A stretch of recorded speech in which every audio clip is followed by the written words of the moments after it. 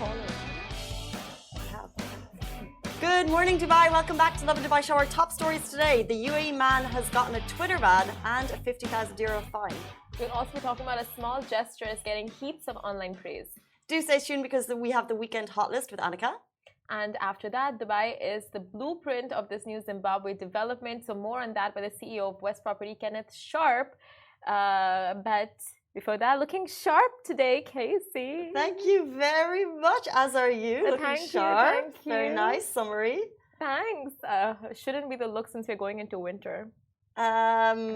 Winter is summer. That's why Dubai is so confusing, right? Because it's like we say winter, but it's actually beautifully Pleasant warm, summer. pleasant, Yeah. at 25 degrees. Like Maybe a London we should summer. do a bit of a switch because and then the stores get confused here, right? The stores start stocking Ugg boots. The kids wear mittens to school and they act like it's winter, but no one's talking about the fact that it's actually still summer. Let them live. Let them live with their caps and their mitts and their ear covers. It's a farce. It's a Scarves. cost on parents that they don't need. You could wear the same clothes all year round unless you live in a very cold office. Then you need your... Even schools get cold. It's cold outside. It's cold in the schools. It's cold inside. Oh my gosh. But anyway, I want to talk about cloud kitchens. Okay, go. So yesterday on Reddit, I saw this one post about a cloud kitchen that's opened up in Marina, but it's a dine-in cloud kitchen. And people, so basically, you know what a cloud kitchen is, right?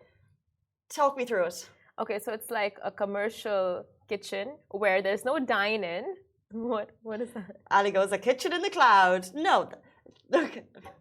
So it's like a ghost kitchen. A ghost kitchen. So Okay.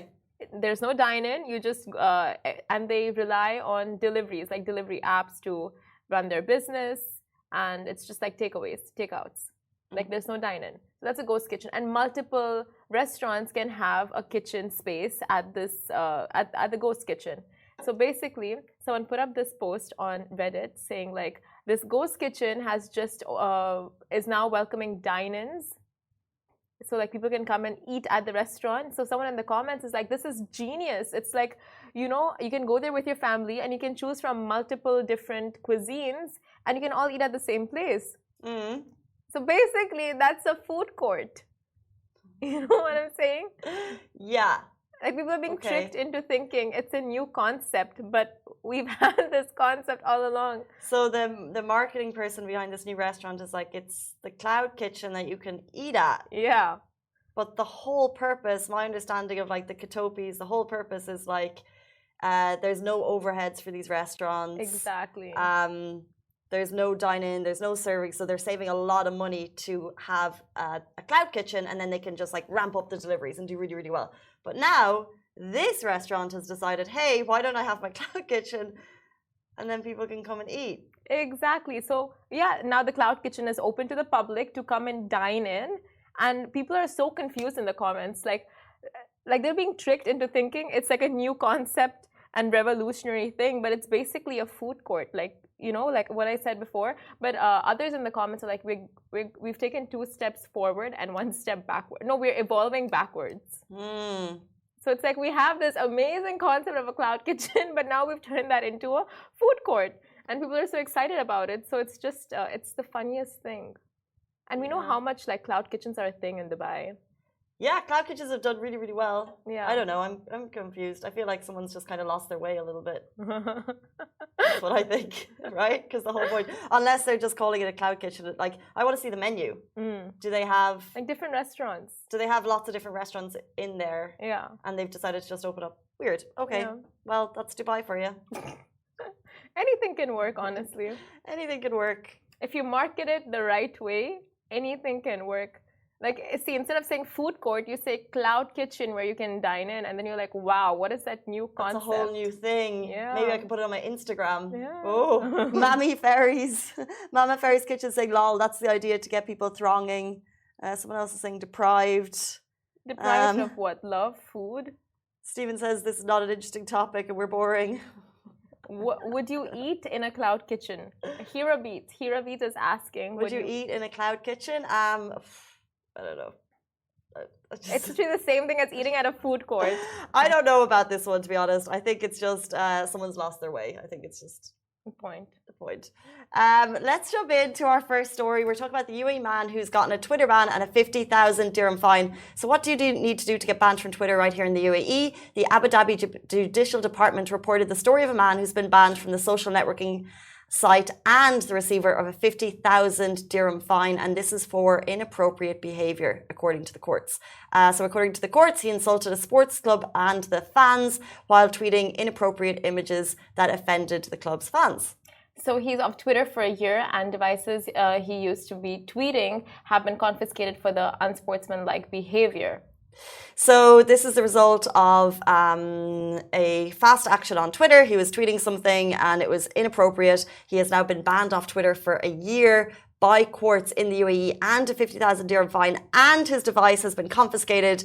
So if, as we come into the World Cup, when we know there is shade thrown out left, right and centre on teams, just consider the laws here regarding, you know, insulting doesn't end with sports, so don't have it on the Twitter. On social media. Don't have it on social media. Don't air out your dirty laundry with sports clubs on social media, because that is also against the law. And this is kind of a reminder as we run into the World Cup, when emotions run high, to keep your emotions off Twitter. Exactly.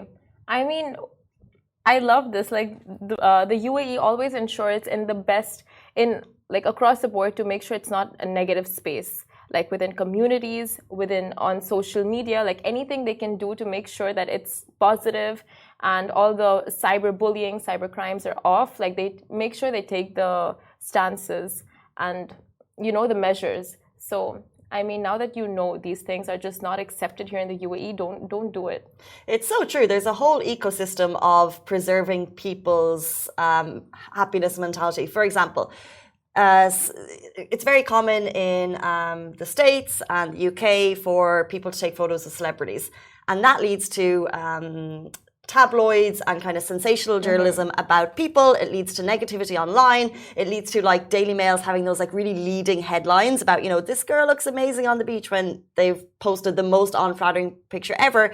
It leads to negativity. There's so much insults being thrown around online. We don't have that here, and we are so super lucky for that. This little reminder is actually so important in terms of like the value system of the UAE and how we preserve that. So whether or not you've lived here for 1 year or 10 years, you still will need to abide by those laws. And if you don't, the courts are on top of it. I'm talking like this guy's gotten a 50k fine and he's been banned off Twitter for a year for some insulting tweets. So think about that before you're sending your next tweet. You know, I had a friend who came in months ago, and he doesn't stay in Dubai, but he came in and he's like, you know what, Dubai is like a snow globe. It's like a bubble. People are so nice. Everything, it's like when you step out of Dubai, you actually realize how the world is, you know, like aggressive, rude. Like no one really gives you the time of the day. But over here, you stop and ask someone for directions. People will actually willingly help. And that's, like you said, the ecosystem that has been created for the city and for the country. So now it's just like showing the expats abiding by that, showing the expats just, you know, like being involved in creating and being part of that ecosystem. And then this leads to positive gestures that people see and share on the streets. If you look at our Instagram today, there's a man who's working through the night keeping the city clean.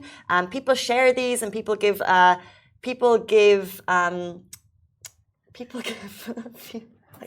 like praises, and they share it online, and they love doing that. So this other video that went viral is a small gesture, and it's getting heaps of praise online. So no act of kindness is ever too small or worthless. Hence, netizens are praising a Dubai resident who helped a wheelchair-bound pedestrian cross the road in mid-afternoon. So the Instagram page Nigerians in Dubai shared footage taken of Isa Abu Bakr, and it was taken around 2 p.m. on Wednesday, 19th October in Dera, and it was captioned, Nigerian man helps an Indian man on a wheelchair in Dubai cross the road. Now, Dubai is a model for peaceful coexistence between cultures, religions, and races, and this video was just proof of that. And that is such a point about the peaceful coexistence. We have over 200 nationalities living here in the UAE. We're a melting pot of cultures. And this weekend, by the way, we're going into Diwali. growing up, I didn't know what Diwali was, right? And now it's the talk of the town for this weekend. Everyone knows about it. A lot of people will be celebrating. There's events across the city, and that happens for so many celebrations. And you learn so much about cultures. And these little stories about like coexistence, peaceful behavior, that is literally a mark of what the city is, and it's one of the reasons why we love it. So reactions to this video go on to validate that expats absolutely kind of just stand what we were talking about. They support the smallest of all gestures when carried out with the right intentions. So it's just one little marker of how people just kind of what is going wrong with me today? Yeah, of what people want to see more of. And what you said is so true. Like over here, you really understand cultures. Like you understand the people with the mixed nationalities. You just understand each other, and you get so much more awareness of, what other celebrations people are, other festivals and celebrations that go on around the world. We're going to jump into our next story. This is from Abu Dhabi. The UAE president has donated $100 million in aid to the Ukraine. So Reem bint Ibrahim al-Hashmi is the Minister of State for International Cooperation, and she stated that the additional aid stems from the UAE's president's belief. Moreover, His Highness Sheikh Mohammed believes in the importance of solidarity in times of war and conflict. Hence, the UAE's continued support to help the humanitarian impact in Ukraine. So amidst a war, this is not the first time the UAE has given aid, and it certainly won't be the last. And al-Hashmi stated the UAE has provided similar relief aid in recent months to Ukrainian civilians, and in addition to sending planes carrying aid to Ukrainian refugees in Poland and Moldova. So, moreover, this was in response to the urgent United Nations appeal, as well as the regional refugee response plan in Ukraine. And jumping into our next story, before we get to the hot list, of course, we've mentioned Diwali already on the show. It's right around the corner, and the Indian community and people all across the community are waiting for the year-round and grand festival of lights, where they get to glam up, meet friends and family, celebrate love, life, customs and traditions. And now we're inching closer to the occasion. It's time to glam up. So India's fastest growing jewelry brand, Tanishq, has released a charming Diwali collection. They're calling it Alaka by Tanishq, with offers of up to 25% off. How could you not? Honestly, the collection, we've seen it, and we've seen on their websites and their Instagram handles and stuff. It's beautiful. And the way people dress up for Diwali, like they go all out. It's like you wear your best jewels, your best Indian traditional outfits, and you go for these like Diwali pujas and parties. Like pujas are like a prayer meets, and it's just such a beautiful time of the year. So can you explain like what's the actual tradition? Which day? Is there like a specific day, or is it runs across? Because I know the office has been talking about it for a week, and the outfit preparation has been ongoing for weeks. I think Mina Bazaar has been hit like 5 times for like bangles and things. Simran very kindly has bought me some stuff I'm so excited to wear. But what's like, is there an actual day, or is it like a running time? And even if you don't have family in the city, so what are you doing? So it's on Monday officially, Diwali. So, but I think people celebrate on the weekend of. So like this weekend, it's going to be a full Diwali weekend, and Monday is the official Diwali day. So people are going to meet up for like prayers. They're going to offer prayers to the gods, and they're going to like just meet up with their family and friends to celebrate and have like a nice get together, like bonding time. But this is when, you really go and buy new clothes. You dress up in your best like outfits. It's like Christmas for Hindus. Interesting. Basically. And it's like you gift each other. It's just a very wholesome time. And then, of course, like, it's a festival of lights. So all Indian houses celebrating will have like lights outside their balconies.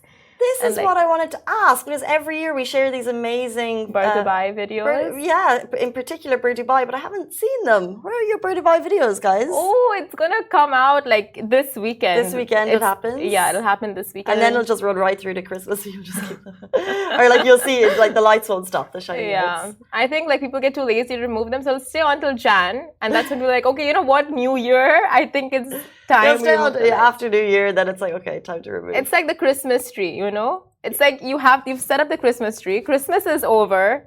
Valentine's Day is over. The Christmas tree dies though.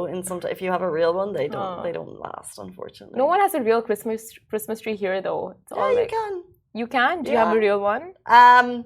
I don't, but you can. It's so because they smell so good. But like you want to be eco-conscious.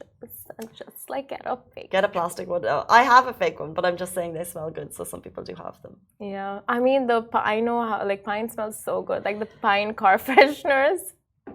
Did you ever smell a pine car freshener? Yeah, I think so. I don't think it's got the same. Yeah, not the same, of course. Like there's a natural smell and then the imitated smell. I need to go and smell one actually, because I don't really know if I'm. Okay, guys. So we were talking about other things, but as always, it's Friday, it's the weekend, and Annika's here with your hot list right after this.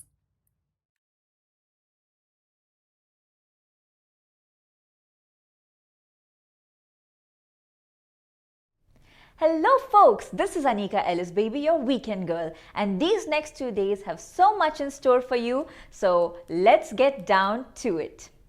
First things first, the Broadway Entertainment Group is doing a special tribute to the legendary singer Edith Piaf. This special performance is a tribute to the icon on her 60th anniversary of her passing. The show is happening this Saturday at 3 p.m. and 8 p.m. Find the tickets on the Dubai Opera website. Speaking of legendary evenings, this weekend is especially intense for the sport enthusiasts because there are 3 T20 matches happening: Australia versus New Zealand, India versus Pakistan, and England versus Afghanistan. And in the UFC world, this is one of the biggest matches happening this weekend. I'm talking about Oliveira versus Makhachev. There's only one sports bar in town that you're going to want to watch it from, and that's Buffalo Wings and Rings. So if you're looking for a wild and budget-friendly place to kick back and chill while tucking into amazing eats, look no further. Their insane happy hours run from 12 p.m. to 8 p.m. and it's the perfect place to relax and watch your favorite players. And of course, the event of the week. A very, very happy Diwali to all of you from Lovin Dubai. The city is celebrating this beautiful festival in great spirit, and I'm talking fireworks in Festival City Mall, Diwali bazaars in Burjuman, Festival Plaza, Arabian Center, and of course a grand Diwali Mela happening at Dubai Sports City. We have an epic Diwali list for you to go check out on the Lovin Dubai website, so go have a cracking celebration checking off that list. So that's my top 3 for this weekend, but I have a lot more cool stuff listed out on the Lovin Dubai website, so head on there and check out the weekend hot list. As always, if I've missed out on something, do let me know, because this is Dubai, and over here, there's always something for everyone. Welcome back to the Lovin Dubai show. With us today is an entrepreneur from Zimbabwe who's grown so fond of Dubai that he's been inspired to use Dubai as the blueprint for bettering the Zimbabwe's opportunities. And by developing the biggest mall in South Africa, the Mall of Zimbabwe, as well as luxury golf estate, including 5-star hotels, indoor sports facilities, and a championship golf course. So, welcome to the show, CEO of West Property Zimbabwe, Kenneth Sharp. Thank you. Thank you for having me. We're so excited to have you because the concept is a little bit mind-boggling to us. What does that mean? You are bringing Dubai to Zimbabwe. Well, let me start off by saying the first time I came to Dubai was 1992. And suffice to say that the biggest tower, I think, was the Crown Plaza that I stayed in on Sheikh Zayed Road. And it was a 2-lane road at that time. And Wow. After that, it was just a desert. So I don't even know if they'd thought about the marina yet, but it certainly wasn't on the cards, not visible. And the Palm Jumeirah and Jumeirah Beach kind of was just like a wildlife park. So if I look at my own country, Zimbabwe, where we at, I'd say we're kind of at that starting point. You know, we're at 1992. And then I had this love-hate relationship with Dubai. It was kind of like more hate than love for a long time. For the first 2 decades of coming here, I would come here every year, once or twice a year, mostly in transit, and I'd stop for a day or two, stop over. My wife's like shopping, so as the malls got bigger and better, you know, the time in the malls got spent longer. The trips got longer. The trips got longer, yeah. much to my dislike. And I guess during COVID, actually, we were staying in our home in the Seychelles, and we'd been in lockdown for almost 1.5 years, and we had kind of a need to go to a nearby city, so we flew here for 2 months and stayed here. And a lot of my friends who live here permanently, I got to talk to them and see the other side of Dubai. And the most surprising fact about Dubai for me was the fact that it's the safest city, in their words, that they could live anywhere in the planet. So that was surprising. I mean, you do feel safe here, but you take it for granted, right? You don't really think of much of crime. and in other places, but it is a big problem. It's a social dilemma in many, many countries, including my own. So I think the first thing that struck me was, wow, Dubai is really a safe place. And then the second thing that got me thinking about the whole Dubai concept was, if you look at the evolution of development, it starts with planning. You need to have the right master planning.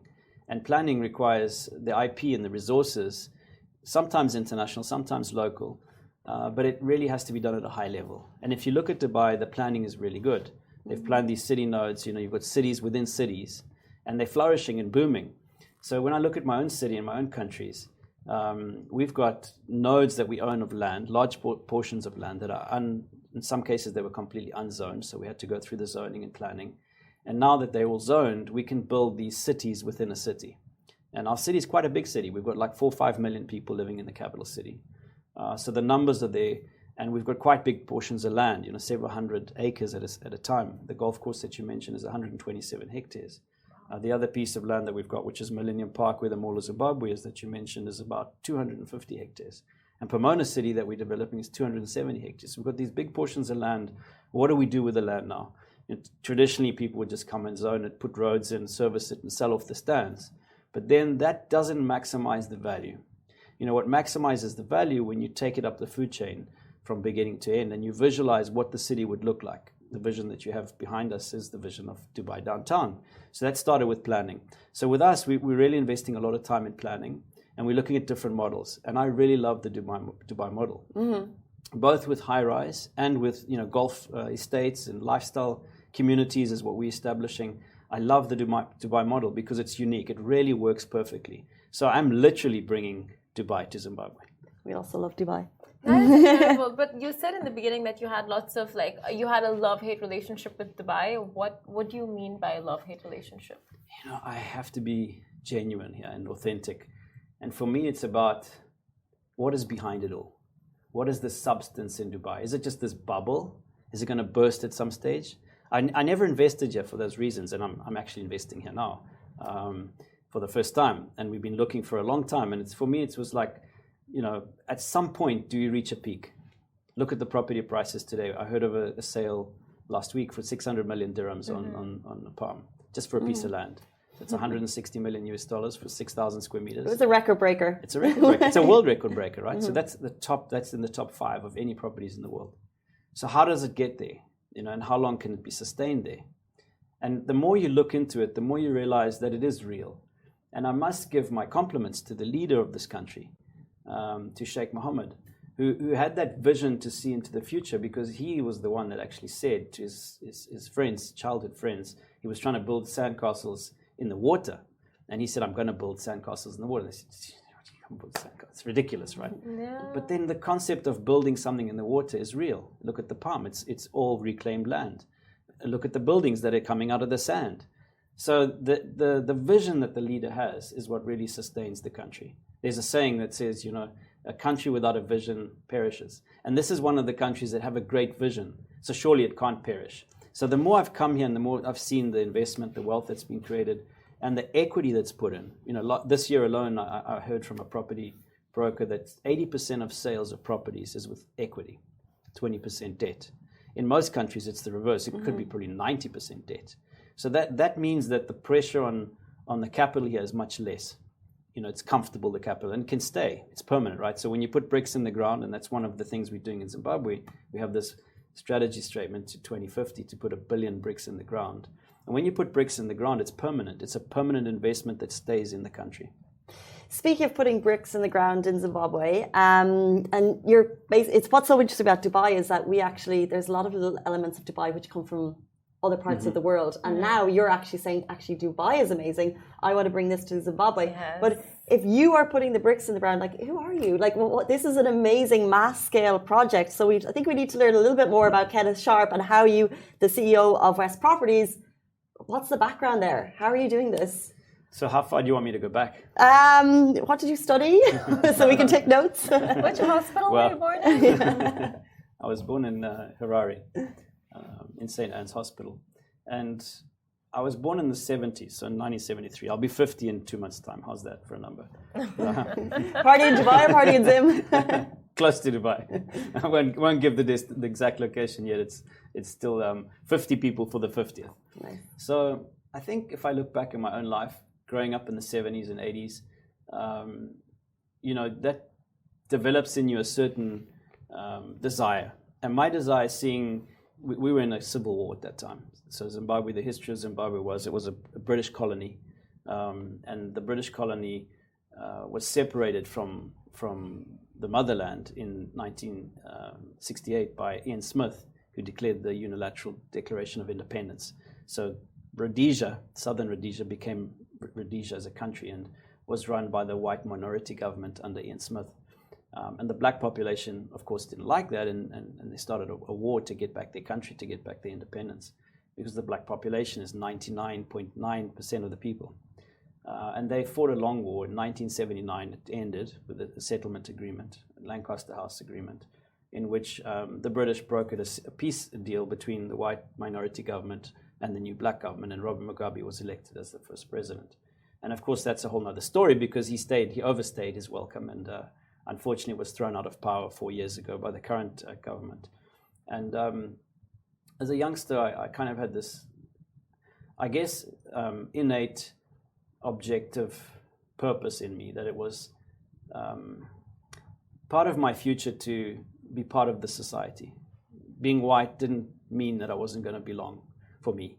I say to some of my black friends, you may have black skin and I may have white skin, but our hearts are both red, and the blood we bleed is for our country. So I believe that it's really not about race. It's about what your desire is, and if your desire is to make your country better, then you'll go through all means and find ways to make your country better. And it just happens that I'm a developer, I'm in property, and I believe that that's one of the ways that I can make my country better. Mm-hmm. It's inspiring. But do tell us more about West Property and why that's distinctive from other developments. So I'd say the first thing about West Property is our focus. We're extremely focused on the customer. And Dubai is a great example. It's really customer focused. I mean, where in the world can you have a development that's sold in 15 seconds? I'm talking about a whole building, right? We've seen the queues before they unleash developments here, and there's just thousands of people, hundreds of people wanting to buy. It's crazy. So it's that hype, technology, they call it FOMO, the fear of missing out. So the marketing side is really great. And that's about being customer centric. I mean, you go onto social media and you see an advert, you click on it, you click on WhatsApp, put your number in it. I can guarantee you, if it's a good developer, you'll get a call back in 5 minutes. So that's 5 minutes from the time you've seen the ad to where you're actually being serviced by someone. And they really take care of you and promote. So I think coming back to our story is, in Zimbabwe, we have a gap. For a long time, we've been kind of in the dark ages. No development, nothing was happening under Mugabe. And suddenly the new government's there saying, we're promoting business. We've got a Vision 2030 to bring Zimbabwe into the middle class. The president, cabinet, and parliament, opposition included, we all want to build our country. So let's focus around the economy. So that's an opportunity for someone like me. I was kind of also before then sitting on the sidelines. I've got other investments outside the country. And I said, okay, it's time to step up the ante, let's turn the volume up a bit. We took our land holdings and said, how can we make this work? What are other developers doing? And we looked at it, and our value proposition that's unique is that we offer this lifestyle community. We believe in giving homes to our customers where they can live in style, and not only in style of the building, but in style of the vicinity. So we create these nodes of live, work, shop, play. So an element of residential, an element of office, an element of retail, and then an element of open parks and sporting facilities. And it's those amenities and that neighborhood that's unique. It's very difficult to duplicate that. So you're planning on building a neighborhood and not just a mall, right? Like a full community center. Exactly. Okay, that makes sense. But if you're focusing on, you wouldn't just focus on just the retail and the commercial aspect of it, because Zimbabwe is mostly known for tourism destination, right? Like wildlife, all of that. So why, not work on that and introduce a commercial aspect like shopping centers? Do you think that would the grass is always greener on the other side, and Zimbabweans do have a beautiful natural wildlife and habitat, but they want to have modern living. So the homes were designed largely by British architects and British design in the 50s and 60s, and they're a little bit boring. So we're bringing more modern designs, and that's one of the other reasons we say we're bringing Dubai to Zimbabwe, is because the designs, the architecture is glass, stone, marble, steel. So it has a more modern feel to it than perhaps what was being done before. We're talking golf courses. We're talking the biggest mall in South Africa.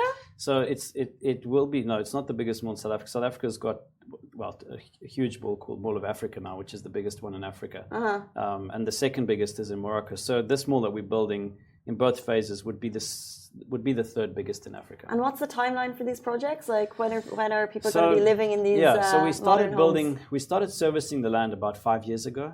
And we started superstructure, which is the actual buildings, about 3 years ago. So currently we've got about 600 sold out of several thousand. And probably of those 600 sold, there's about 100 units that are finished. That includes flats and homes. So we're getting into the stage now of seeing the construction come out of the ground more than before, because we're finishing the superstructure, the infrastructures. And those superstructures we're putting in now. And as we every year we're accumulating momentum, we're getting bigger at the numbers. So our goal is 1 billion bricks by 2050, and we're about 40 million bricks into our sales pipeline right now. So 4% of the way there. Okay. So I want to ask you this one question. We came to know about your incident that took place in January 2007. When you survived a near-death experience in Canada while skiing. So what was that like, and how has that changed your perspective? And is this something that's your love and motivation to do something for your country come from that incident? It did and it didn't.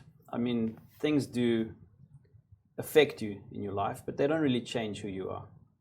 And I think the ski accident was a big moment, a precipitous moment where I kind of had this, aha, definitely on waking up. So the story is I was skiing in Whistler without a helmet, first time ever, and the ski instructor, a great Australian guy, who decided I could ski without a helmet and take me off-piste on the third day of skiing with no off-piste experience. And off-piste is in the powder, so it's kind of knee-deep, totally different skiing experience to being on the slopes. I don't know if any of you are skiers, but you can carve on the slopes, but you know what I mean, right? Yeah. So it's different. So I'm now in the snow, in the powder, and I don't know what's going with my skis. I just learned snowplow, but the skis are going all over the place, and he's going pretty fast in between the trees. I'm trying to keep up with him. Next thing is I hit a tree. Oh no! And turns out I hit my head into the tree. I hit probably a rock, spun backwards, hit my head into the tree, and knocked out. So I was out about 3 minutes, and then he woke me up and said, I think you've broken your neck, don't move. So I was like, no, I haven't broken my neck. So I jumped out of the snow and grabbed one ski out of the snow, grabbed the other one, and put them back on and said, let's go again. He was like, no, you don't understand. This is serious. I've got a medic coming. Just hang on.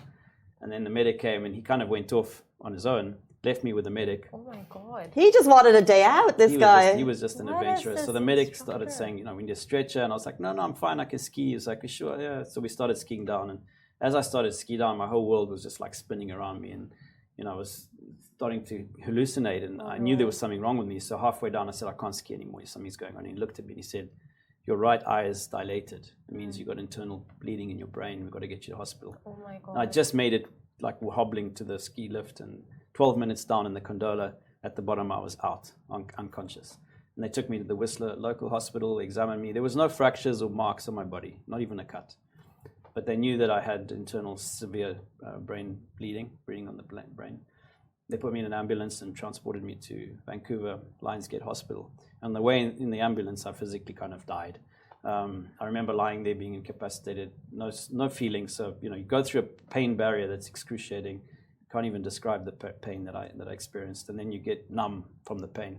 And you just become, your whole body's numb, and you lose your hearing, you lose all your senses. And the last thing I had was my sight. And I remember staring at the roof of this ambulance and seeing like shadows moving around me. They were panicking, it's kind of like dying. And then the lights just slowly went off. It was like a light switch, dimmer, dimmer, dimmer, and then just a little dot of light and gone. And that last moment, I just said, look, if I can see, if there's a God up there, just hear me. If I can just see, if you can keep me alive and I just have my eyesight, I'm happy to be a paraplegic in a wheelchair, whatever the rest of my life. It was the last thing I had, right? So you're desperately holding on to the little last piece of life you have, and then it's gone, extinguished. So it turns out I went into a coma. They put me on a life support machine.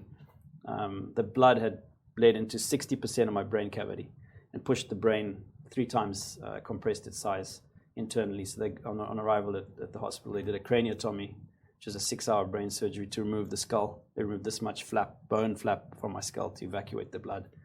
7 hours of surgery, and then said to my wife, who had been on the ski slopes and delayed coming in, and said to her, look, we've tried our best to save him. He's got about a 2% chance of survival. And probably he'll never come out of the coma. If he does, he'll be a vegetable.